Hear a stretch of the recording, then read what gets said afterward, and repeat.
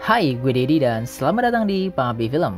Kalau ngomongin soal film hantu, lu pasti nggak asing lah dengan beberapa film yang memorable kayak film-film Susana, Jelangkung, Kuntilanak, Pocong, dan yang lainnya. Atau versi luar negeri yang cukup terkenal kayak The Amityville Horror, The Conjuring, dan Insidious. Film-film tersebut bisa dikatakan bagus karena beberapa aspeknya mumpuni seperti aktor yang pas, alur cerita yang mantap, sosok hantu yang menyeramkan, atau jumpscare yang bikin jantungan. Tapi seperti genre lainnya, film dengan genre hantu juga terkadang memiliki beberapa keanehan dan sering terjadi di beberapa film yang bahkan sukses sekalipun. Aneh gimana ya? Nah, maka dari itu pada episode ini gue mau membahas 9 hal aneh yang sering terjadi pada film hantu. Mau tahu apa aja? Ini dia.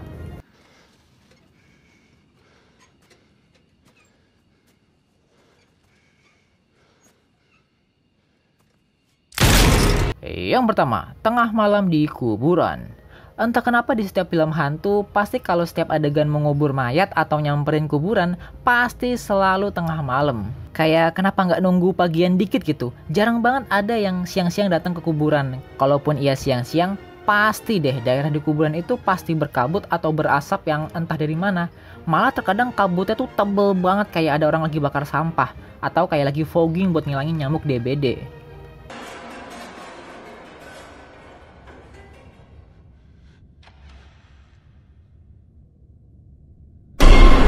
Yang kedua, pergi sendirian.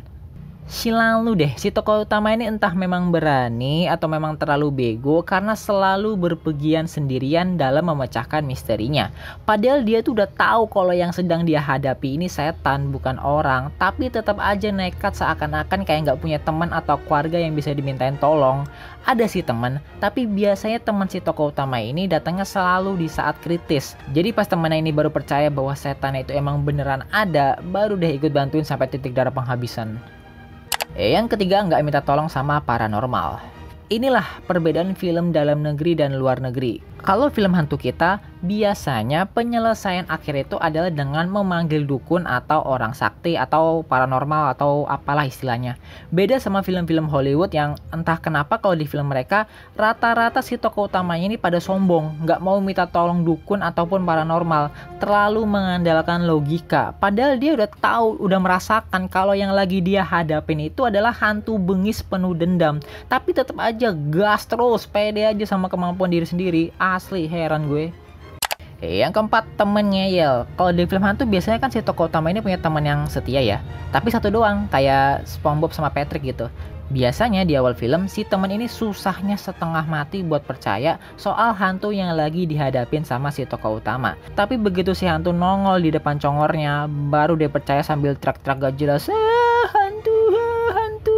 Akan tetapi biasanya si teman inilah yang akan bantuin si tokoh utama buat ngalahin si hantu. Walaupun ya biasanya mesti mati-matian sampai kesurupan, muntah darah, banting tulang, pokoknya rusuh lah.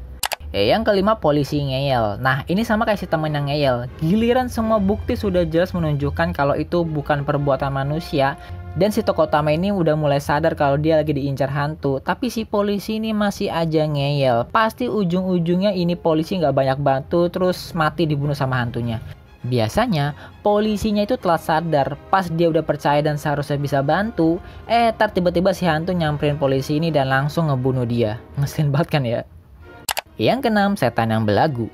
Di setiap film hantu, entah kenapa kalau pas mau ngebunuh si tokoh utama, si setan ini selalu tarik ulur kalau mau ngebunuh. Kayak lagi PDKT gitu, terus sok jual mahal. Tapi giliran ngebunuh tokoh yang lain, kayaknya gampang banget. Gak nyampe beberapa menit langsung mati. Pilih kasih banget kan?